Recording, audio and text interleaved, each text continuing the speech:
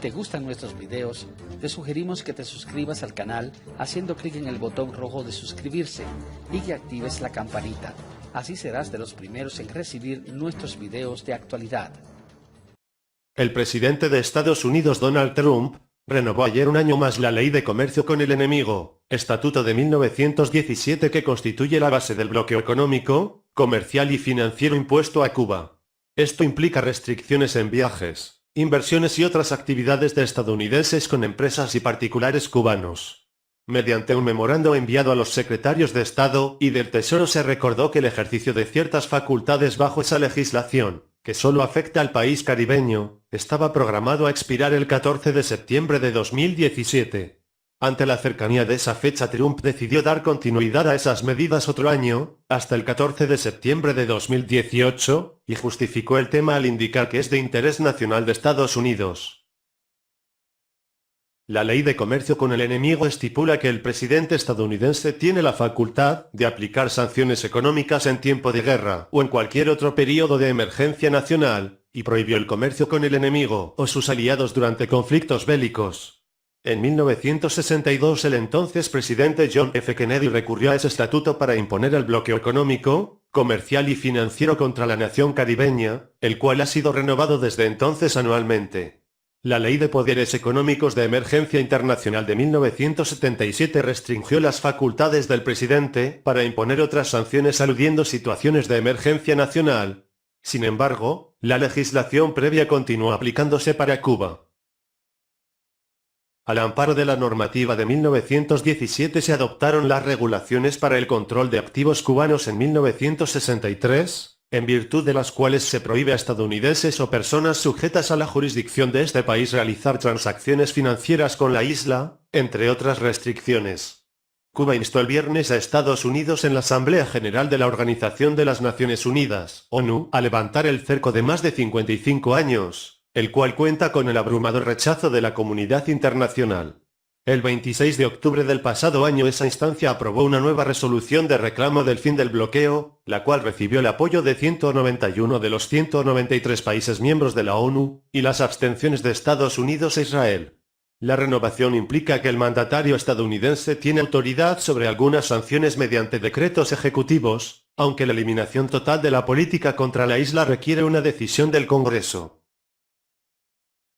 Si te ha gustado este video, haz clic en el botón me gusta, te invitamos a que te suscribas a nuestro canal, compartas el video y escribas tu comentario. Gracias. Un reporte especial para Noticias al Día 024.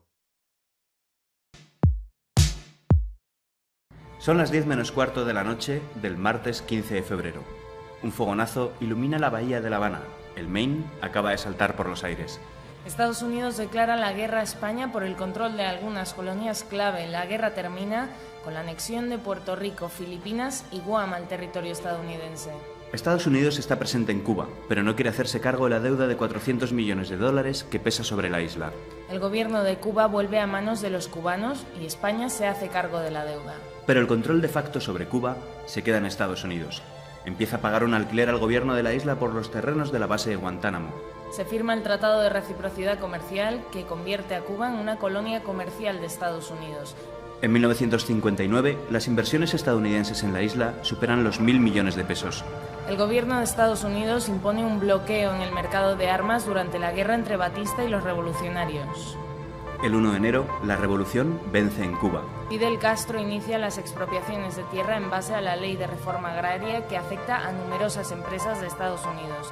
Como respuesta, Estados Unidos prohíbe toda exportación a Cuba, excepto medicinas y alimentos de primera necesidad. El 3 de enero, Eisenhower rompe relaciones diplomáticas con Cuba. La isla se alinea con la URSS durante la Guerra Fría. Encuentra en los rusos un aliado para compensar el bloqueo.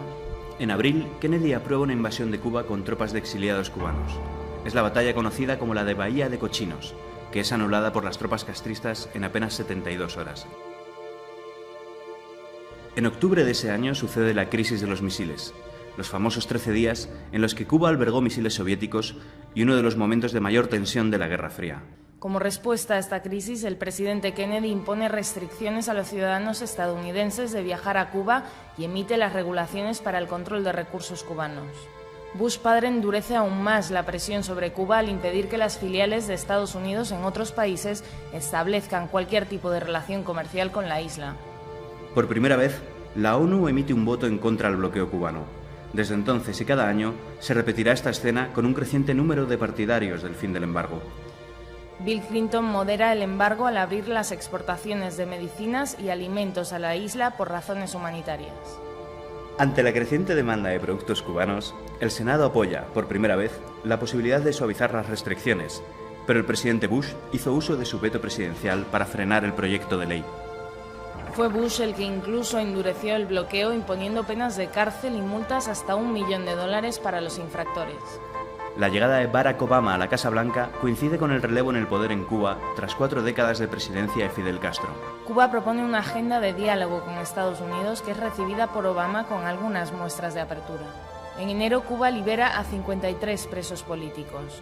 Como respuesta, en mayo de este mismo año, Estados Unidos retira a Cuba de la lista de países patrocinadores del terrorismo. En julio se produce un hecho histórico, con la reapertura en Washington de la Embajada de Cuba. En agosto, el secretario de Estado Kerry viaja a La Habana para hacer lo mismo con la delegación estadounidense. Por primera vez, un presidente de Estados Unidos pide al Congreso de su país que se levante el embargo a Cuba. Lo hace ante la atenta mirada del presidente cubano en la sede de las Naciones Unidas.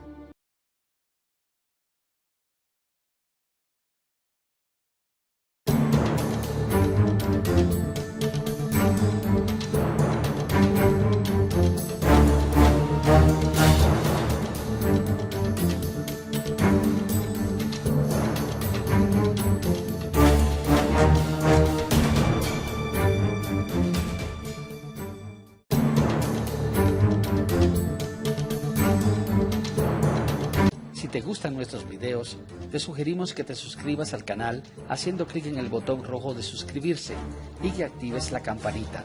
Así serás de los primeros en recibir nuestros videos de actualidad. El presidente de Estados Unidos Donald Trump renovó ayer un año más la Ley de Comercio con el Enemigo, Estatuto de 1917 que constituye la base del bloqueo económico, comercial y financiero impuesto a Cuba. Esto implica restricciones en viajes, inversiones y otras actividades de estadounidenses con empresas y particulares cubanos. Mediante un memorando enviado a los secretarios de Estado y del Tesoro se recordó que el ejercicio de ciertas facultades bajo esa legislación, que solo afecta al país caribeño, estaba programado a expirar el 14 de septiembre de 2017. Ante la cercanía de esa fecha, Trump decidió dar continuidad a esas medidas otro año, hasta el 14 de septiembre de 2018, y justificó el tema al indicar que es de interés nacional de Estado. En la bahía de La Habana, el Maine acaba de saltar por los aires. Estados Unidos declara la guerra a España por el control de algunas colonias clave. La guerra termina con la anexión de Puerto Rico, Filipinas y Guam al territorio estadounidense.